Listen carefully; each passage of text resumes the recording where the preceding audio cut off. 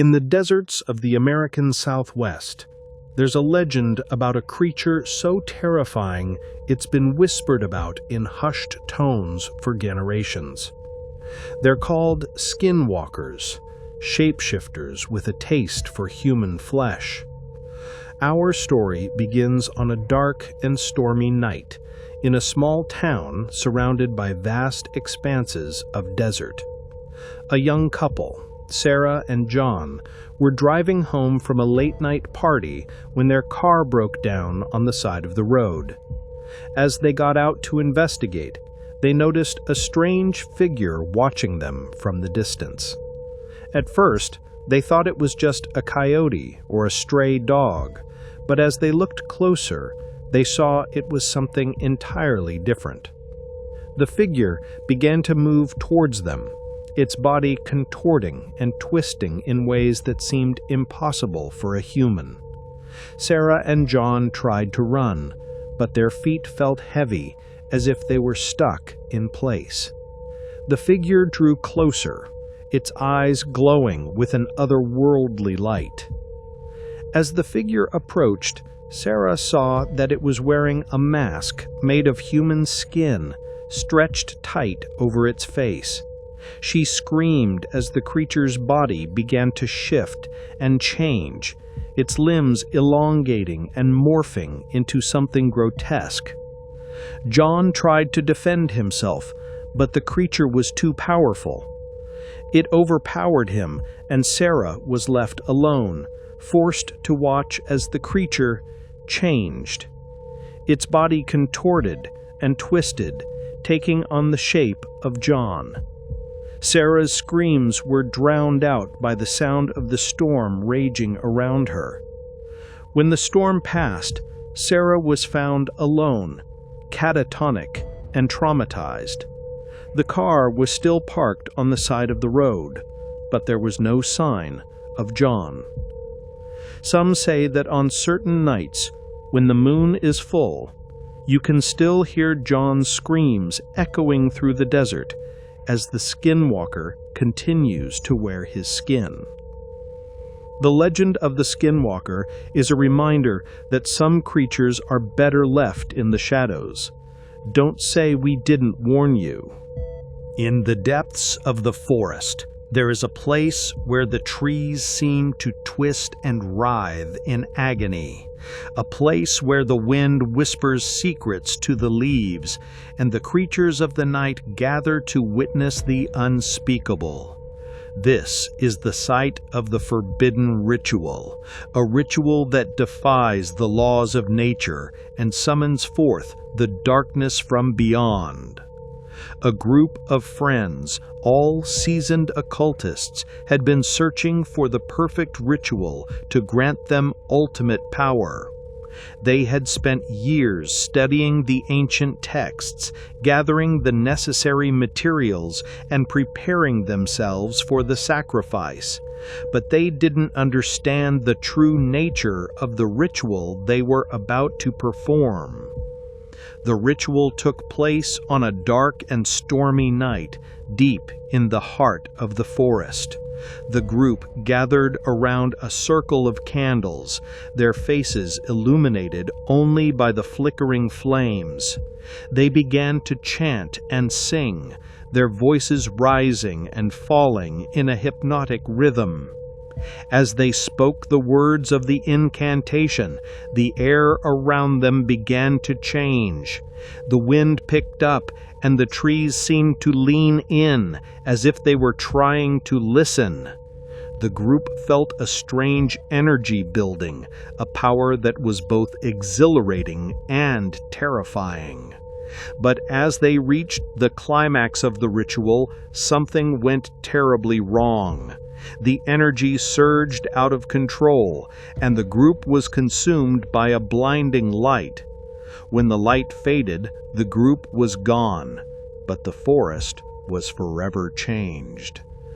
The next morning, the authorities found the group's abandoned campsite surrounded by strange symbols and artifacts, but there was no sign of the group, only a single piece of paper with a cryptic message scrawled on it.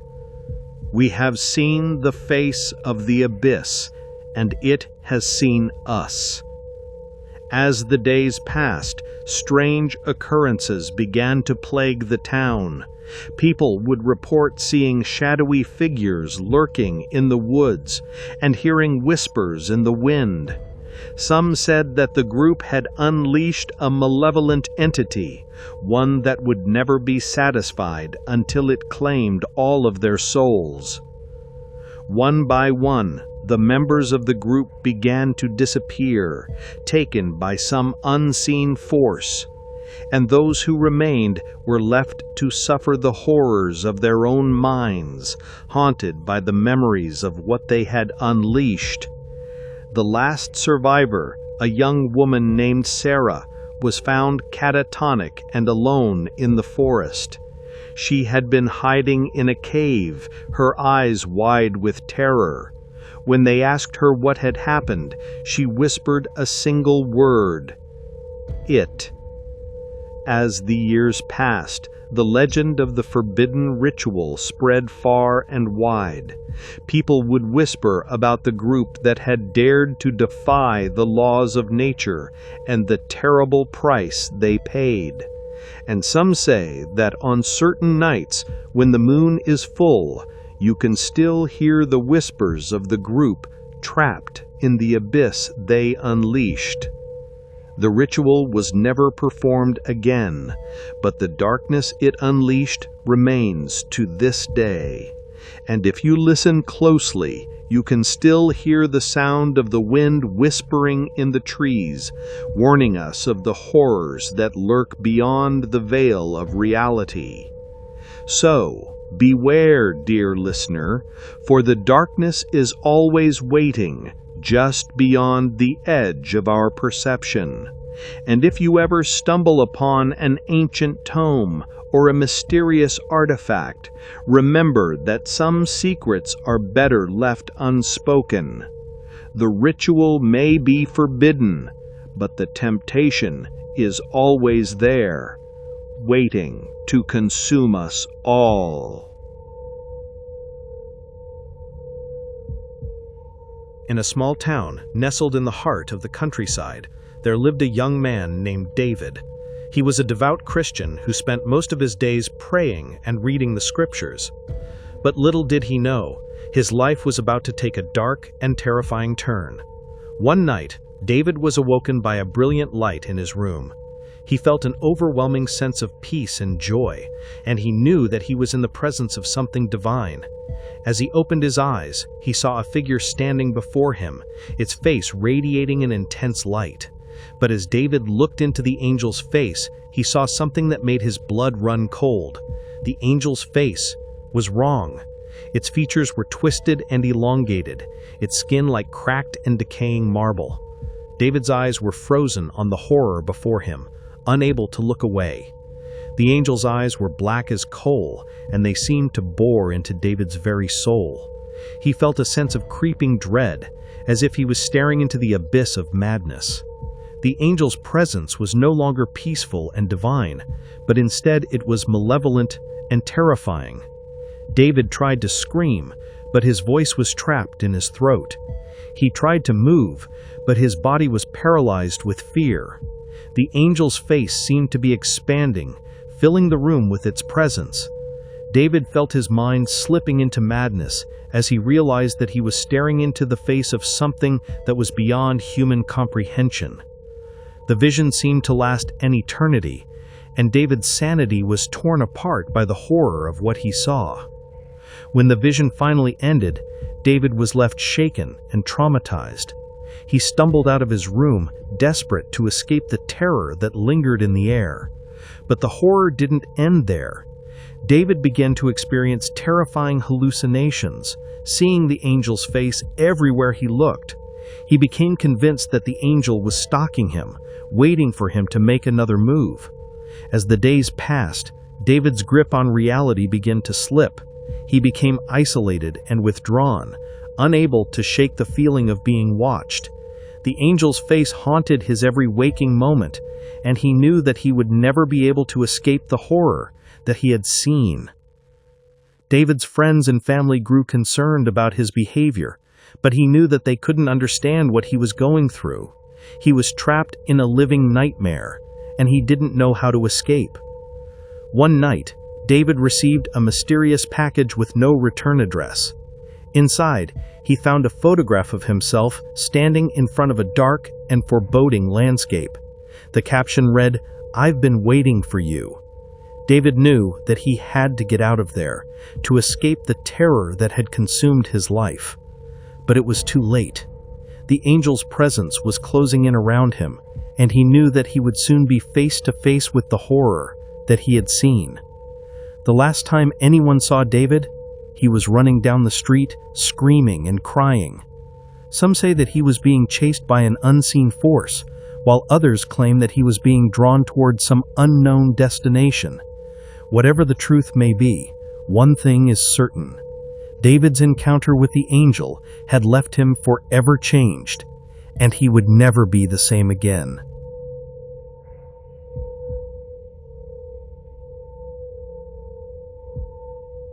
In the depths of a dusty video store, a mysterious VHS tape was discovered, labeled only with a cryptic message, "Play me at your own risk."